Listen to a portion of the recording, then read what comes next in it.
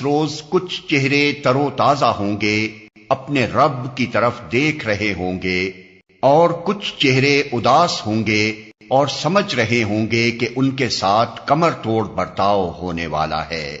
हरगिज नहीं, जब जान हलक तक पहुंच जाएगी और कहा जाएगा कि है कोई झाड़ फूंक करने वाला, और आदमी समझ लेगा कि ये दुनिया से जुदाई का वक्त है और पिंडली से पिंडली जुड़ जाएगी, वो दिन होगा तेरे रब की तरफ रवानगी का।